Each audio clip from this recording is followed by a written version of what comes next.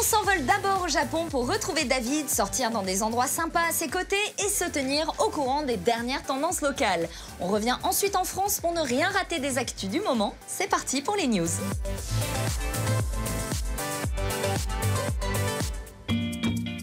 Konnichiwa, salut à tous. Aujourd'hui, nous sommes au sud-ouest de Tokyo et je vous emmène au Tokyo Ramen Show.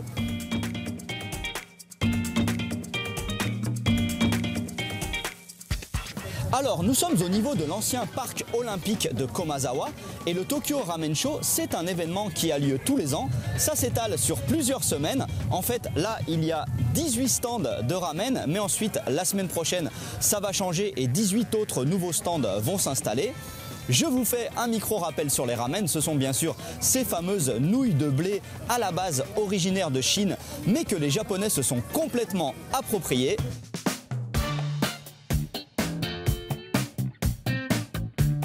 Je commence avec une variété de ramen très classique, les shoyu ramen. Ça veut dire que la soupe de base dans laquelle trempent les nouilles est faite à base de sauce soja avec également du sel. Et au-dessus, il y a entre autres des poireaux, un œuf à moitié cuit. Et là, c'est une spécialité de la région de Shizuoka, donc ils ont rajouté des choses un peu spéciales, notamment 12 petites tranches de viande de canard et même de la truffe.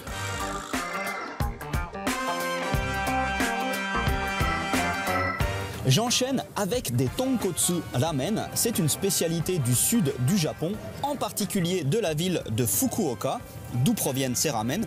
Alors en général, les nouilles sont un peu plus fines et la soupe, elle, est très spéciale. Elle est faite à base d'os de porc, donc le goût et l'odeur même sont parfois très prononcés. Et par-dessus tout ça, ils m'ont rajouté entre autres des pousses de bambou, menma, des algues, nori et ici une autre sorte d'algues, de la viande de porc, des œufs et même exceptionnellement une boule de pâte miso assez épicée. C'est un sacré mélange, mais au final, c'est délicieux.